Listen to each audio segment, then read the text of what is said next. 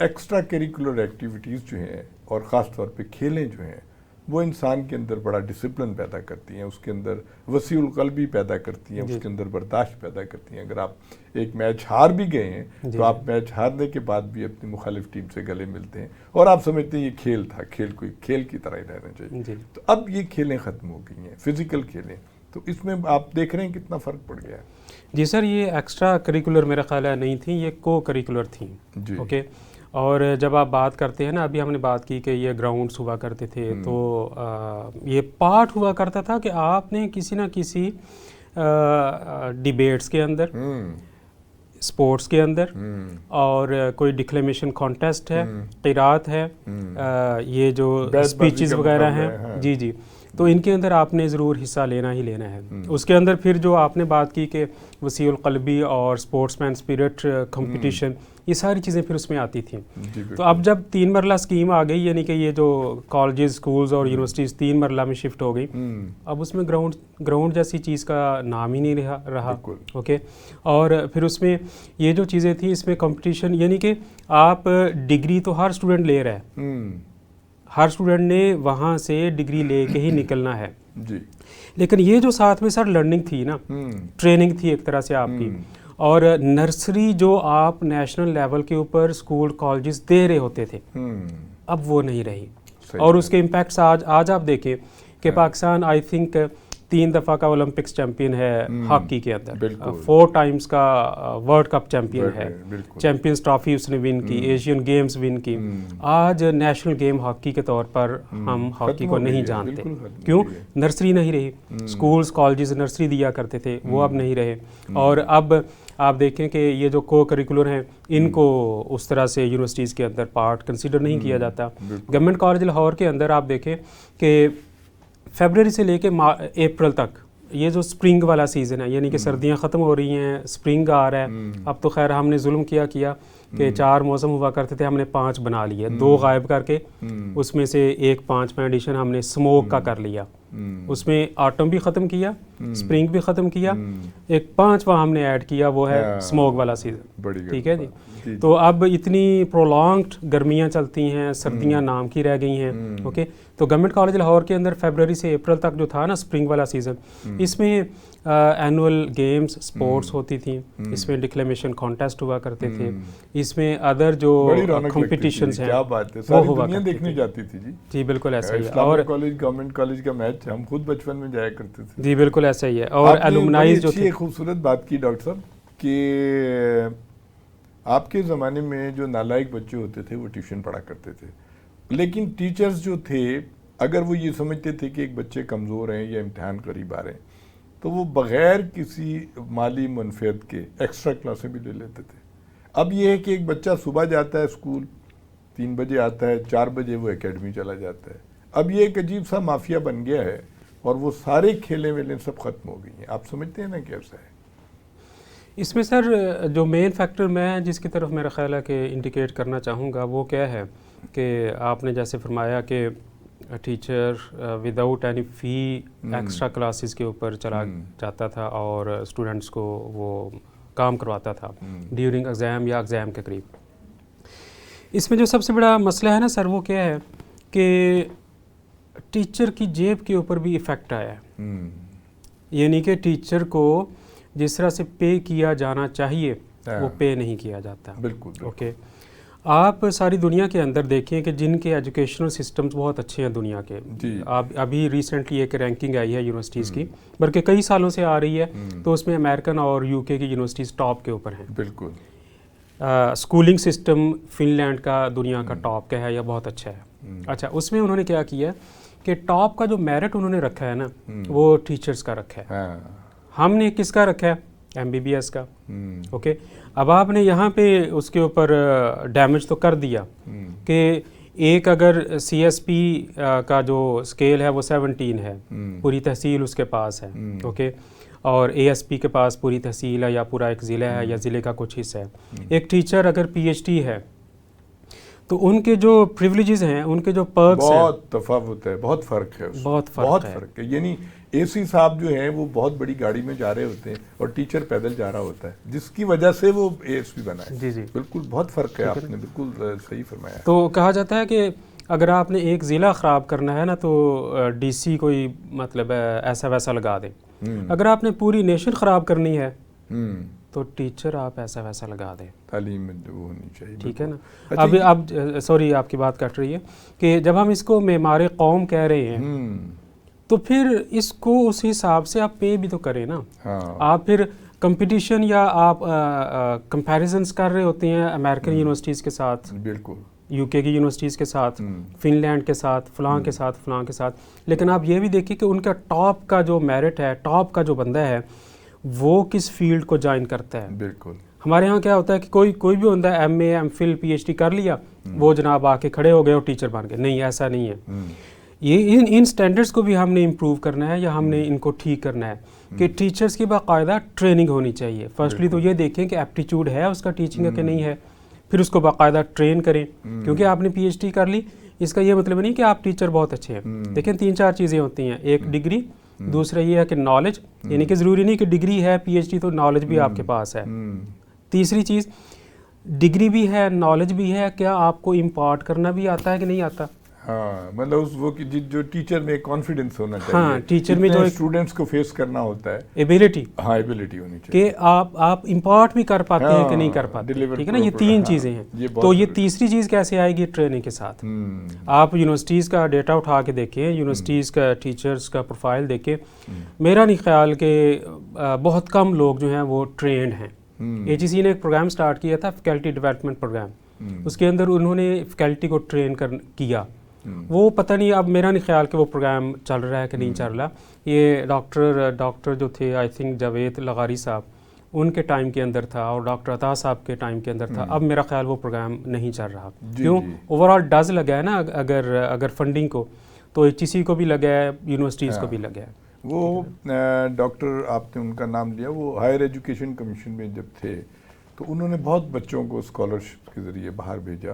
اور لیکن ایک یہ بات بتائیے کہ جو انٹرنیشنل رینکنگ ہے اس میں ہماری یونیورسٹیز جو ہیں وہ پوری نہیں اترتی. عام طور پہ ہمارا کافی نیچے نمبر ہے. اس کی وہی وجوہات ہیں جو ابھی آپ بیان کر رہے تھے. جی سر، اس میں سب سے بڑا مسئلہ یہ ہے نا کہ ڈاکٹر عطا صاحب یا اوور آل بھی جو ہمارے ایکڈیمیشینز ہیں، ڈاکٹر طاہر کامران صاحب ہو گئے، ڈاکٹر طارق رحمان صاحب ہو گئے، پروفیسر ڈاکٹر طاہر محمود صاحب ہیں پنجاب یونیورسٹی ہسٹری ڈپارٹمنٹ کے، ڈاکٹر طاہر جمیل صاحب ہیں قائدہ یونیورسٹی ایریا اسٹڈی سینٹر کے. ان سے آپ پوچھیں. ڈاکٹر امجد مکسی صاحب ابھی جو پاکستان اکیڈیمک ایسوسیشن ہے اس کے پریزیڈنٹ الیکٹ ہوئے ہیں. جی بالکل. تو اس کا جو مین پرابلم ہے ایک تو یہ ہے کہ فنڈنگ، اور 2.5% جو آپ کا جی ڈی پی ہے اس کا یونیورسٹیز کو جانا چاہیے. ہمارے ہاں بہت تھوڑا ہے. اگین جو فنڈنگ ہے اس کے اوپر ڈز لگا ہے، وہ کم ہوا ہے. بجائے اس کے کہ آپ پیسے انکریز کریں، فنڈز وغیرہ ان کو دیں یونیورسٹیز کو یا ایچ ای سیز کو، وہ کم ہوئے ہیں. اوکے، تو ایک تو یہ فیکٹر ہے. دوسرا فیکٹر ہمارے ہاں جو سٹینڈرڈز ہیں نا جی، ہم کسی ایک جو ایکسپیریمنٹ ہے اس کے اوپر ہم ٹکتے نہیں ہیں، ہم رکتے نہیں ہیں، ہم بار بار ایکسپیریمنٹس کرتے چلے جاتے ہیں. فار ایگزامپل کل رزلٹ آیا میٹرک کا، بلکہ مجھے پتا چلا جی کہ اس دفعہ جو میٹرک کا سکور تھا ٹوٹل وہ تھا 1200. کبھی یہ 1100 ہوتا ہے، کبھی یہ 850 ہو جاتا ہے، کبھی یہ 1000 ہو جاتا ہے. تو اپنے سسٹم کو ایک جگہ پہ رکنے دیں. اوکے، نمبر 2 یہ ہو گیا. تیسرا، پھر ہم جو ایکسپیریمنٹس کرتے رہتے ہیں جی کہ 2 ایئر ڈگری ہم نے بی اے کی، بی ایس سی کی ختم کر دی، 4 ایئر کر دی اس کو. اچھا، اس کے باوجود وہ ڈگری اب بھی چل رہی ہے، وہ شاید ایسوسیٹ ڈگری کے نام سے اب بھی چل رہی ہے. بھئی یا تو آپ اس کو ختم کریں یا آپ اس کو چلنے دیں، کسی ایک چیز پہ تو آپ رہیں نا. اوکے، اب جب وہ ایسوسیٹ ڈگری والا اسٹوڈنٹ آتا ہے 5th سیمسٹر میں، اس کو لیٹرل انٹری کہا جاتا ہے. اس کے ایڈمیشن بھی پھر آگے ہو رہے ہوتے ہیں. اوکے، اچھا، آپ اچھا کرتے ہیں، اس کو ایڈمیشن دیتے ہیں کسی میجر کے اندر. سو ساری باتوں کا پرپس کیا ہے؟ ایون 2-1 سال پہلے میرا خیال ہے ایک یہ اسکیم آئی تھی کہ جی جو 4 ایئر کا بی ایس ہے آنرس، اس کو ڈائریکٹ پی ایچ ڈی میں ایڈمیشن دے دیں. اچھا، اب یہ جو حکام بالا ہیں HEC کے یا ہائر ایجوکیشن کمیشن کے، انہوں نے اس کے اوپر کیا سوچا یا کیا سوچ کے اس کے اوپر کام کیا، واللہ عالم. اوکے، تو اگر جو ہمارا اب کا سٹف ہے ایم فل وہ PhD میں جاتا ہے، اس سٹف کا بہت بری صورتحال ہے.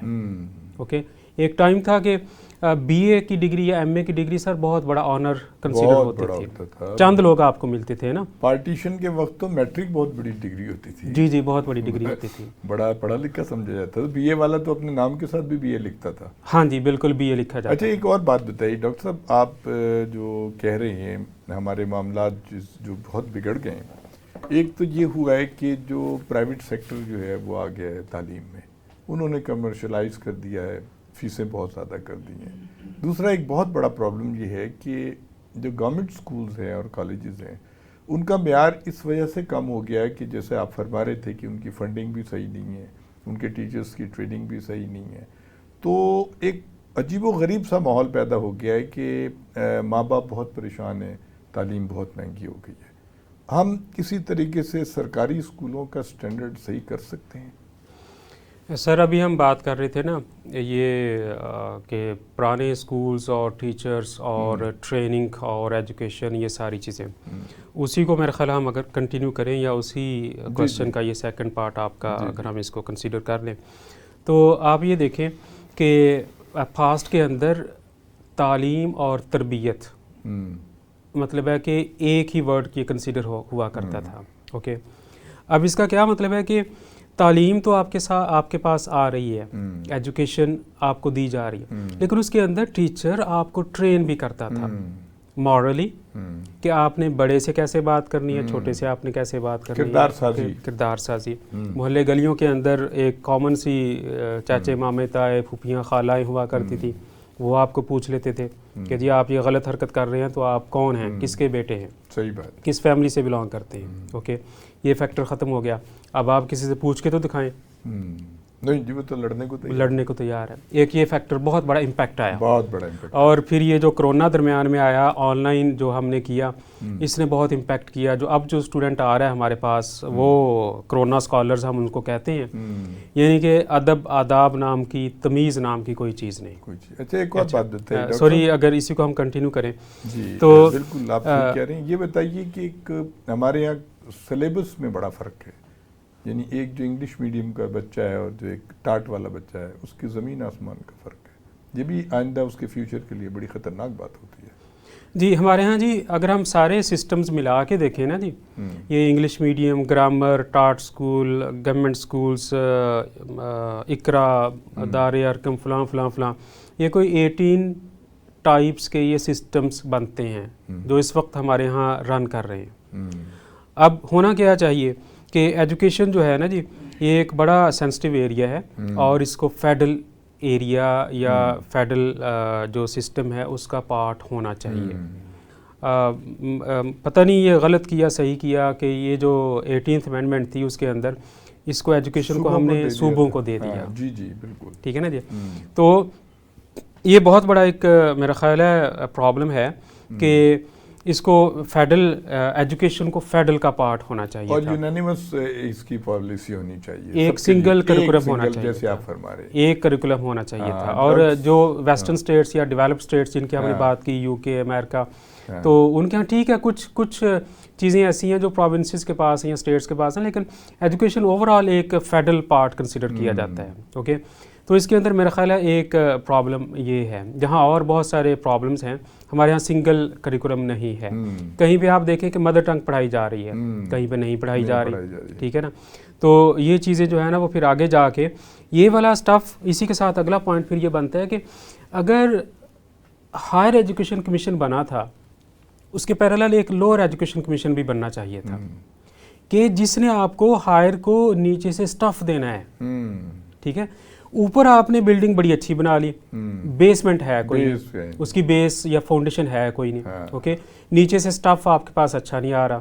اوکے، تو لوور ایجوکیشن کمیشن بھی اس کے پیرالل ایک بننا چاہیے تھا. ٹھیک ہے، تاکہ نیچے سے سٹاف اچھا پرووائڈ کیا جاتا ہائر ایجوکیشن کو. ڈاکٹر صاحب اپنے تھیسس کے بارے میں ذرا ہمارے اسٹوڈنٹس کو بتائیے. جی میرا جیسے آپ نے بھی فرمایا کہ میرا تھیسس پاک U S China triangle relations کے اوپر ہے جی. اور اس میں آپ دیکھیں کہ جب سے پاکستان بنا یا 76 ایئرس ہمیں ہو گئے تو یہ تینوں اسٹیٹس جو ہیں یہ ہمارے یہ دونوں جو بگ پاورز ہیں گریٹر پاورز ہیں یہ ہماری اسٹیٹ کے لیے بڑی امپورٹنٹ ہیں یا بڑی میٹر کرتی ہیں اور ہماری جو فارن پالیسی ہے اس کی بیسس انہی کے اوپر بنتی ہے اور ہمارے جو فارن ریلیشنز ہیں وہ انہی کے اوپر کام کرتے ہیں. یعنی جیو پولیٹیکل جو ہمارا سسٹم ہے وہ اس پہ بیس کرتا ہے سارا. جی جہاں جیو پولیٹیکل جو ہماری جیو اسٹریٹجک جو پوزیشن ہے وہ ہماری ایک تو بڑی میٹر کرتی ہے. اس میں ہماری جو نیبرنگ اسٹیٹ ہے چائنا وہ ایک بگ پاور ہے گریٹر پاور ہے اس ریجن کے ساتھ اکنامک ایک جوائنٹ آپ کہہ سکتے ہیں کہ پوٹینشیل ایمرجنگ اکنامک جوائنٹ ہے. اوکے یو ایس تو ہے ہی یعنی کہ 20th سینچری یو ایس نے ڈومینیٹ کیا فرسٹ ورلڈ وار میں سیکنڈ ورلڈ وار میں لیٹر آن پھر کولڈ وار اور آن ورڈس ابھی بھی مطلب ہے یو ایس ایک ڈومینیٹنگ رول ہے اس کا ورلڈ افیئرس کے اندر. سو سیم اب چائنا اس پوزیشن کے اندر ہے کہ چائنا جو ہے وہ ریجن کے اندر یا ورلڈ افیئرس کے اندر انٹروین کر رہا ہے اور اکنامیکلی اس کی پوزیشن کافی ساؤنڈ ہے. بائی 2030 بائی 2031 اکنامیکلی چائنا جو ہے وہ اپنی جو کوآپریشن کی پالیسی ہے یعنی کہ انویژن والی پالیسی نہیں ہے انگیجمنٹ والی جو اس کی پالیسی ہے اس کے تھرو وہ ڈومینیٹ کر جائے گا جیسا کہ ان کا اوبور کا جو ان کا ویژن ہے one belt one road by 2049 وہ اپنے آپ کو مطلب ہے بہت ٹاپ کی پوزیشن کے اوپر دیکھ رہے ہیں. تو اس لحاظ سے یہ پاک یو ایس ریلیشنز اور پاک چائنا ریلیشنز ان دونوں ریلیشنز کے اندر پاک یو ایس کے اندر چائنیز فیکٹر میٹر کرتا ہے پاک چائنا ریلیشنز کے اندر یو ایس فیکٹر جو ہے وہ میٹر کرتا ہے. اوکے پاک یو ایس ریلیشنز آپ دیکھتے ہیں کہ سنس کولڈ وار اس میں یو ایس پاکستان کا جو سٹانس ہے کہ یو ایس جو ہے وہ ہمیں ڈفرینٹ لینزز کے تھرو دیکھتا ہے. اس میں کبھی کولڈ وار ہے کبھی اس میں افغان وار ہے کبھی اس میں 9/11 ہے. اوکے پاکستان یہ چاہتا ہے کہ جی ہمیں ان لینسز کے تھرو نہ دیکھا جائے ان پرزمز کے تھرو نہ دیکھا جائے. ہمیں ایک اسٹریٹجک پارٹنر ہمیں ایک جو ہے ایک انگیجمنٹ والا پوزیشن اور اس پوزیشن کے اندر پاکستان کو ٹریٹ کیا جائے اور ان کے ساتھ اکنامک تعلقات اسٹرانگ ہوں. جی پارٹنرشپ یا انگیجمنٹ اس سینس کے اندر ہمیں دیکھا جائے. اب چائنیز جو پالیسی ہے وہ یہی ہے کہ جی انویژن نہ کیا جائے انویسٹ کیا جائے کوئرژن نہ کیا جائے کوآپٹ کیا جائے. اوکے پھر چائنیز جو پالیسی ہے اس کے اندر وہ وکٹری کی بات نہیں کرتے وہ سکسیس کی بات کرتے ہیں.